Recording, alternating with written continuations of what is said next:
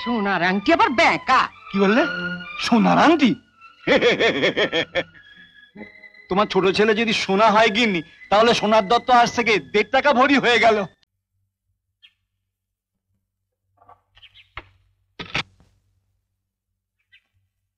দীপা,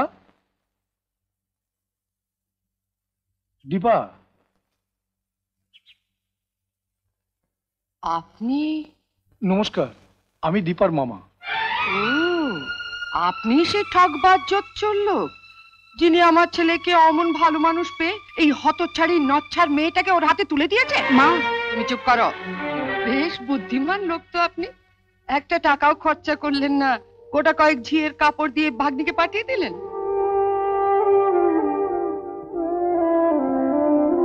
মার কথা কিছু মনে করবেন না, আপনি ভেতরে চলুন। মনে করবে কি? অন্যায্য কথা কিছু বলেছি যে মনে করবে? শুনুন, আমার ছেলের বিয়েতে আমি ভেবেছিলাম একটা ফ্রিজ, একটা টিভি।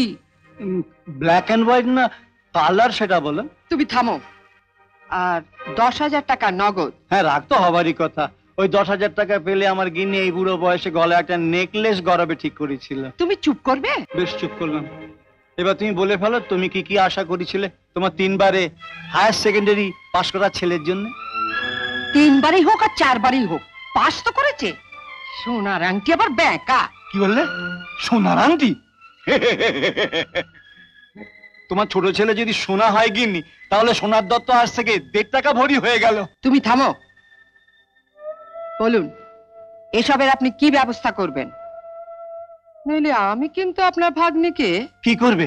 পুড়িয়ে মারবে? আজকাল নাকি নিয়ম করে রোজই কাগজে বেরোয় বধূ হত্যা।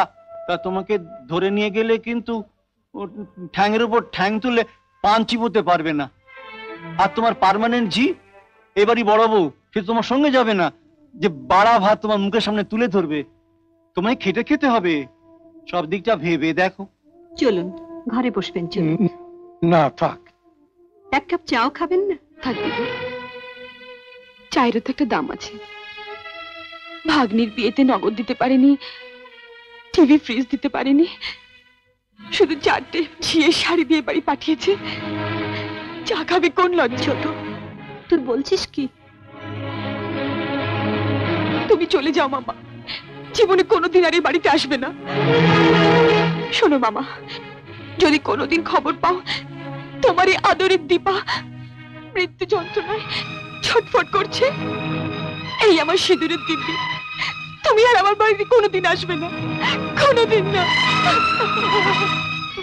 বেশ, আসবো না। দীপা, আমি জানি ছোটবেলা থেকে তোকে একটু ভালো মন্দ খেতেও দিতে পারিনি, একটু যত্নও করতে পারিনি, কিন্তু যে সিঁদুরে হাত দিয়ে তুই আজ এত বড় দিব্যি দিলি, সেই সিঁদুর স্পর্শ করে বলতো মা, তোর বাবার অভাব আমি তোকে কোনোদিন বুঝতে দিয়েছি? বল না মা, বুঝতে দিয়েছি? অফিসে লোনের জন্য একটা দরখাস্ত করেছিলাম, কাল কিছু টাকা পেয়ে তোর জন্য এই আংটিটা কিনে এনেছি। আয় মা, যাবার আগে নিজের হাতে তোকে এটা পরিয়ে দিয়ে যাই। আয় মা, আয়। দেখি দেখি কি আংটি?